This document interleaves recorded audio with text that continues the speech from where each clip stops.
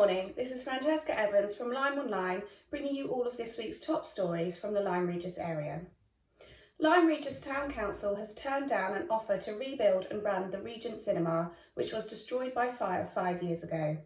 Owners WTW Scott Cinemas vowed to rebuild the Art Deco Regent after it burnt down in March 2016, but there has been little action on the site over the past 5 years. They have now said they are highly unlikely to be in a position to rebuild the cinema for a considerable length of time and offered the site to the Town Council as a community asset. However, the council said it felt unable to take on the risk and responsibility for the repair and reuse of the cinema, which members said should be left to an experienced cinema operator, commercial developer or another organisation. The council said it recognised the value and importance of the Regent and hoped it could be rebuilt and retained in its former use. Dorset Council is set to further increase charges in its main Lyme Regis car parks to £10 a day next year. The council caused outrage earlier this year when it quadrupled its all-day charges from £2 to £8 in car parks including Charmouth Road and Homebush. As it continues its parking review, it is now proposing to further increase the all-day charges to £10. This would be part of a 3-tier pricing structure across the county, with visitor destinations such as Lyme Regis in the most expensive tier.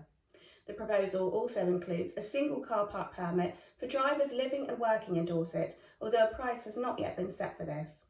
There are concerns that a further hike in charges will encourage more visitors to park on residential roads, with an increasing number of complaints and requests for double yellow lines already being made in Lyme Regis.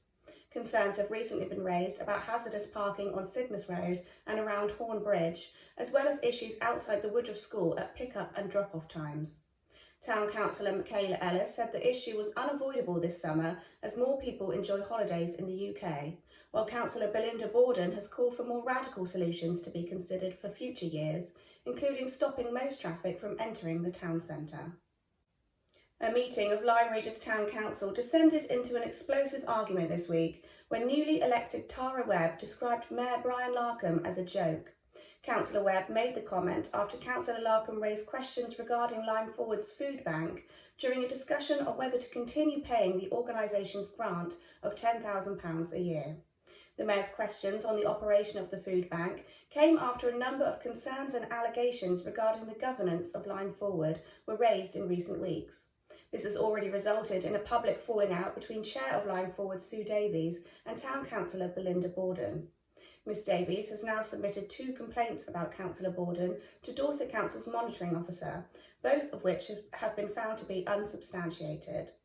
This week's discussion resulted in an uncomfortable exchange between the Mayor and Councillor Webb, who said she was upset at the suggestion that Lyme Forward should not receive its grant. The Mayor, who said he was fully supportive of the food bank, asked Councillor Webb to retract her comments, but she refused. It was eventually agreed to continue with the grant payments with the next review to be held in October. Dorset's Director of Public Health, Sam Crowe, has said that rising coronavirus cases across the county are a cause for concern. He said that testing, more vaccinations and continuing to follow the basic rules would help reduce case numbers, most of which in Dorset are now of the Indian variant. Most of those currently infected are in the 16 to 29 age group, many of which have not yet been vaccinated. There has been difficulty in directly reaching some young people to call them for vaccinations, as they visit GP practices less frequently than older people and do not necessarily have their phone numbers on file. In an effort to combat this and reinforce the need for young people to be vaccinated and regularly tested, a communications strategy is now being prepared to work with employers, especially where businesses have a young workforce. The latest figures released last Friday showed that COVID-19 cases had more than doubled across Dorset for the second consecutive week, with 106 in the Dorset Council area and 228 in the Bournemouth, Christchurch and Poole area.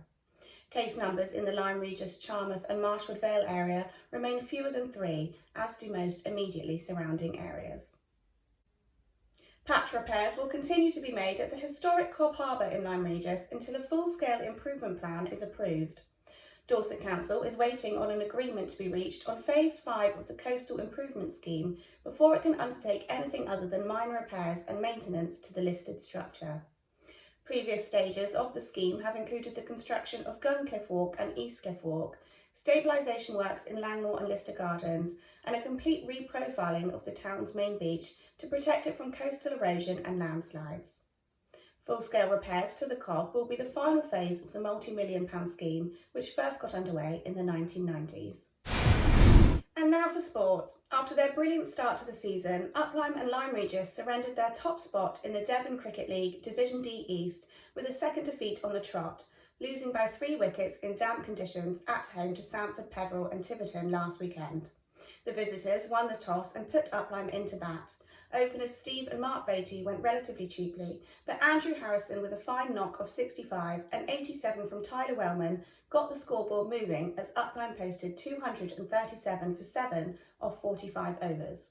Sandford Peveril got off to a good start with 129 runs on the board before losing a wicket and went on to a winning score of 238 for 7 with 2 overs to spare. All but one of the 7 victims fell to Harvey Brimacombe, who finished with 6 for 39 in a career-best 9-over spell. This defeat sees Uplyme drop to second place and 9 points behind new leaders Alphington and Countess Weir, who had an 85-run victory over Barnstaple and Pilton, Uplyme's opponents, tomorrow. The football season only finished 3 weeks ago after being extended into June because of the COVID-19 restrictions, but Lyme Regis players will soon be back in training, and under manager Regent Cinema, the Seasiders are hoping to secure a number of new signings to help them defend their Devon and Exeter Premier East title. Next season will also see Lyme complete their 4-year development programme, which has seen the construction of a 63-seat grandstand and extending the width of the Davy Fort ground at a cost of £150,000, with grant support from the local council and the Football Association.